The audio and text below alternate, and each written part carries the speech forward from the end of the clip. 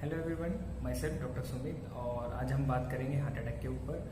Heart attack का हिंदी नाम जो होता है वो हृदयाघात होता है। और हृदयाघात जैसे कि नाम से ही स्पष्ट हो रहा है कि हमारे दिल पर किसी चीज़ का हमला होना। और हमले से मैं आप लोगों को बताना चाहूँगा कि हमले का मतलब होता है कि ब्लॉकेजेस, यही ब्लॉकेजेस है जो हार्ट अटैक करवाती है। अब देखिए, जैसा कि मैंने आप लोगों को यह अपनी पहली वीडियो पे जरूर बताया था कि जो भी ट्यूब हार्ट को खून देती है या लेके जाती है हार्ट तक, उसे हम क्या कहते हैं? कोरोनरी आर्टरी कहते हैं। उसी कोरोनरी आर्टरी में यदि किसी भी तरीके का कोई भी जमाव हो जाता है या ब्लॉकेजेस कहते हैं, जिसे वो अगर ब्लॉकेजेस हो जाती है जिसकी वजह से जो खून हार्ट तक पहुंच रहा है वह प्रॉपर तरीके से पहुंच नहीं पाता है, और क्या होता है कि ऑक्सीजन की कमी होने लगती है, जिसकी वजह से जो हार्ट की मसल सेल्स होती है वो धीरे धीरे मरने लगती है। और यही एक कारण होता है कि सबसे ज्यादा हार्ट अटैक आने का।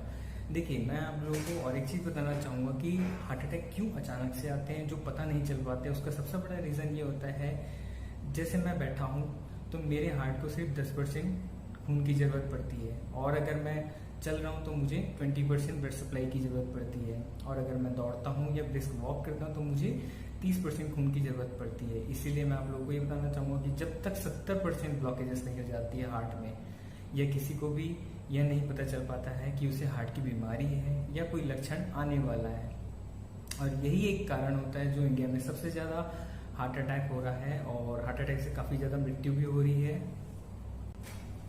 आइए अब हम देखते हैं कैसे हार्ट अटैक आता है। ये हार्ट की एक ट्यूब है और इसमें ब्लॉकेजेस जमा है 20%, 40%, 60% और 80%। मैंने अभी तक बताया था कि 70% जब तक ब्लॉकेजेस नहीं होती है कोई भी सिम्टम नहीं आता है। ये जो भी जितनी भी ब्लॉकेज दिख रही है, इन सब ब्लॉकेजेस के ऊपर एक मेम्ब्रेन होती है जिसे हम झिल्ली भी कहते हैं। और क्या हो रहा है, ये जितना भी खाली स्पेस दिख रहा है यहाँ से क्या हो रहा है, ब्लड सप्लाई करता है।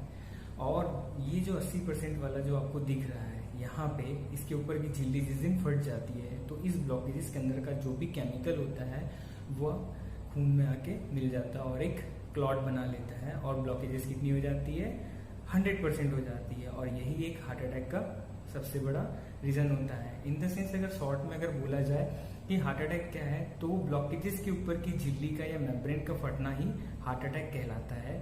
और हार्ट अटैक का सबसे बड़ा जो सिम्टम होता है वो होता है चेस्ट में पेन होना।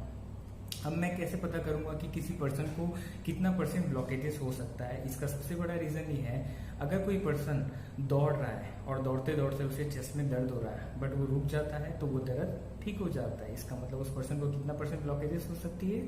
70% हो सकती है। क्यों? क्योंकि मैंने अभी बताया था कि जब तक 70% ब्लॉकेजेस नहीं होती सिम्टम नहीं आता है। और 30% की जरूरत कहाँ पर पड़ रही है? जब मैं दौड़ रहा हूँ। इसीलिए जैसे ही वो पर्सन दौड़ा और उसे चेस्ट में दर्द हुआ, इसका मतलब वो 30% ज्यादा ब्लड सप्लाई उसका हार्ट मांग रहा था और उसे चेस्ट में दर्द हुआ। जैसे ही वो रुका, वो सप्लाई कम हो गई और उसका दर्द खत्म हो गया। अब अगर किसी पर्सन को बैठे बैठे ही दर्द हो रहा है और सांस फूल रहा है, इसका मतलब उसे कितना % ब्लॉकेजेस हो सकता है? उसे 95 से लेके 100% तक ब्लॉकेजेस हो सकता है। क्योंकि मैंने अभी बताया था कि जब तक अगर कोई पर्सन बैठा हुआ है इसका मतलब उसे 10% सप्लाई की जरूरत है, और अगर कोई वॉक कर रहा है इसका मतलब उसे 20%। तो थैंक यू फॉर दैट। और अगली वीडियो में हम बात करेंगे कि टाइप्स ऑफ हार्ट अटैक कैसे होते हैं, कि कितने टाइप के हार्ट अटैक होते हैं।